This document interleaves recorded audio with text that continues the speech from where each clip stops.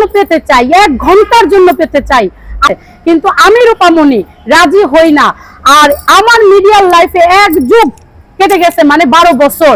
আমি এই জন্য সিনেমার ইন্ডাস্ট্রিতে ছবি করি নাই, শুধু মানুষের অফার মানতে হবে বলে। আমি ওই লেভেলের মেয়ে না, আমি মিডিয়ার কাজকে পছন্দ করি।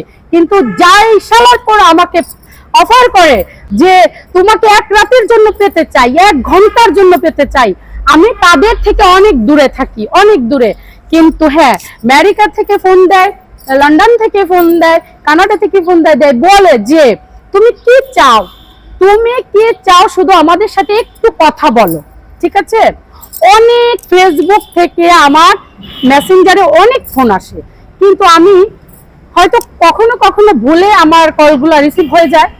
আর তা না হলে আমি এই কল যখন আমার রিসিভ হয়ে যায়, দেখি মানুষের অফার আমি ফেলতে পারি না। আমাকে যে যে লেভেলের মানুষ বলেন, বিজনেসম্যান থেকে শুরু করে আপনার ফিল্ম ইন্ডাস্ট্রি যে সব প্রযোজক আছে বলেন, মিডিয়াতে যারা প্রযোজক আছে, দেন আমি আর কারোর নাম বলতে চাই না, তো তারা যেভাবে আমাকে অফার করে যে তুমি ছবি করো, তুমি নাটকের বড় ধরনের নাটকের কাজ করো, তোমাকে আমরা বড় ধরনের ছবিতে আমরা মেন কাস্টিং হিসাবে নিচ্ছি, কিন্তু আমি রূপামণি বলি যে হ্যাঁ, তার বিনিময়ে যদি তাদের সাথে আমার আধা ঘন্টা থাকতে হয়, আমি সেই ছবি বাদ করে দিই, ঠিক আছে। আমি সেই ছবি করি না। হ্যাঁ, আমি